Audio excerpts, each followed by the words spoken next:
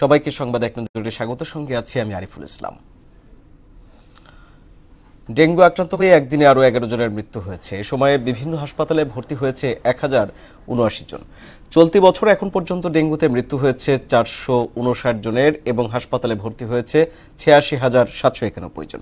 স্বাস্থ্য অধিদপ্তর জানায়, মারা যাওয়া 11 জনের মধ্যে 9 জনই ঢাকার, বাকি 2 জন খুলনা বিভাগের।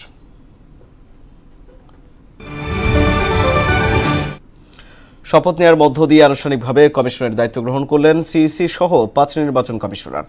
সুপ্রিম কোর্টের জাজেস লাউঞ্জে শপথ বাক্য পাঠ করান প্রধান বিচারপতি সৈয়দ রেফাত আহমেদ। শপথ শেষে এক প্রতিক্রিয়ায় জাতিকে একটি অবাধ, সুষ্ঠু ও স্বচ্ছ নির্বাচন উপহার দেওয়ার অঙ্গীকার করেন প্রধান নির্বাচন কমিশনার এএসএম নাসিরউদ্দিন।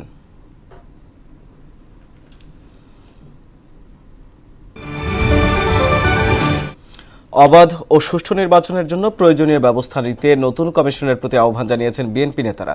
এজন্য অত্যাবশ্যকীয় সংস্কার দ্রুত শেষ করার তাগিদ দিয়েছেন তারা। ক্ষমতায় টিকে থাকতে শেখ হাসিনা নির্বাচনী ব্যবস্থা সহ সব গণতান্ত্রিক প্রতিষ্ঠান ধ্বংস করে দিয়েছে বলে অভিযোগও করেন বিএনপি নেতারা।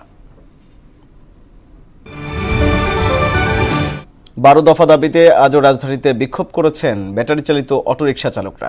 সকালে জাতীয় প্রেস ক্লাবের সামনে অবস্থান নিয়ে লাইসেন্স প্রদান, যৌক্তিক রুট পারমিট সহ 12 দফা দাবি জানান তারা। এদিকে গণ অবস্থান কর্মসূচির কারণে পল্টন ও আশপাশের এলাকায় তীব্র যানজট সৃষ্টি হয়। এতে ভোগান্তিতে পড়েন কর্মজীবী সহ সর্বস্তরের মানুষ।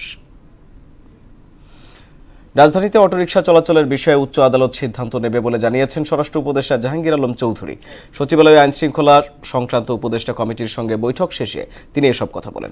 এদিকে নিজ দপ্তরে এক ব্রিফিংয়ে জনপ্রশাসন মন্ত্রণালয়ের সিনিয়র সচিব মোখলেসুর রহমান জানান, সরকারি কর্মচারীদের সম্পদের হিসাব বিবরণী জমা দেওয়ার সময় 1 মাস বাড়ানো হয়েছে। পাকিস্তানের উত্তর পশ্চিমাঞ্চলীয় খাইবার পাখতুনখাওয়া প্রদেশে মুসলিমদের 2 সম্প্রদায়ের সংঘর্ষে অন্তত 32 জন নিহত হয়েছে। এর মধ্যে 14 জন সুন্নি ও 18 জন শিয়া। সংঘর্ষে অর্ধশতাধিক মানুষ আহত হয়েছে জানিয়েছে রাজ্য প্রশাসন। বৃহস্পতিবার শিয়া যাত্রীবাহী গাড়িতে বন্দুকধারীদের হামলায় 43 জনের প্রাণহানির পর এ সহিংসতায় এই ঘটনা ঘটে। এই ছিল সংবাদ এক নজরে সবশেষ খবর। সবার আগে জানতে মোহনার সাথেই থাকুন। এতক্ষণ সঙ্গে থাকার জন্য ধন্যবাদ।